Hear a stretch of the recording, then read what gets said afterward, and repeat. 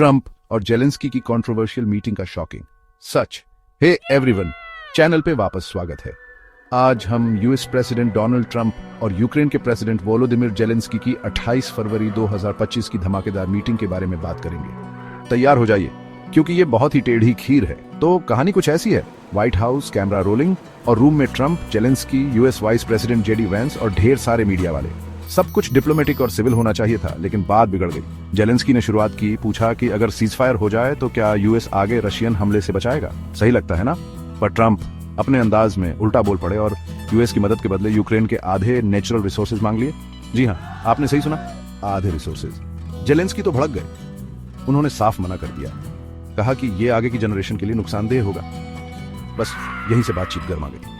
Trump ने Zelensky को dictator कह दिया और सोशल मीडिया पे भड़ास निकालने लगे। इनके ट्विटर वाले हाथ तो कभी शांत बैठते नहीं। एक रिपोर्टर ने ट्रंप से पूछा कि अगर रशिया सीज फायर तोड़ दे तो क्या होगा। उनका जवाब, अगर आपके सर पे बम गिरेगा तो क्या होगा।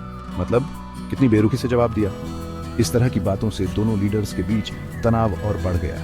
ये मीटिंग सिर्फ पर्सनल दुश्मनी नहीं दिखाती, पुराने किस्से भी याद आ गए। याद है, आरोप थे कि ट्रंप 40 साल से रशियन एजेंट हैं।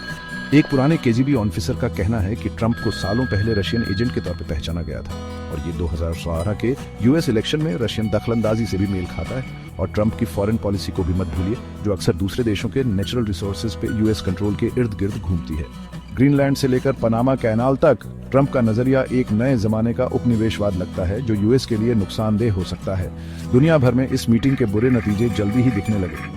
यूरोपियन देश अब यूएस कंपनीज का बहिष्कार करने की सोच रहे हैं और एक नए सिक्योरिटी और इकोनॉमिक अलायंस की भी बात चल रही है। इंडिया और चाइना भी ग्लोबल डिप्लोमेसी में अपनी भूमिका बढ़ाने की कोशिश कर रहे हैं। थोड़ा इतिहास देखें तो ट्रंप का 2019 का महाभियोग भी याद आता है। उन पर आरोप था कि उन्होंने 2020 के यूएस इलेक्शन को प्रभावित करने के लिए जेलेंस्की पर हंटर बिडेन की जांच करने का दबाव डाला था।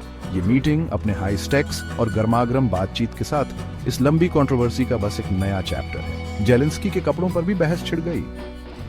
उन्होंने एल्विरा गसानोवा का डिजाइन किया हुआ मिलिट्री स्टाइल का आउटफिट पहना था, जिससे व्हाइट हाउस में ड्रेस कोड पर चर्चा शुरू हो गई।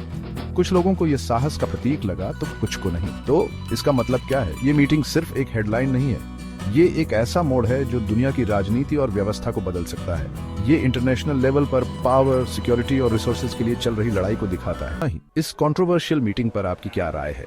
नीचे कमेंट करें और लाइक, सब्सक्राइब और नोटिफिकेशन बेल दबाना न भूलें।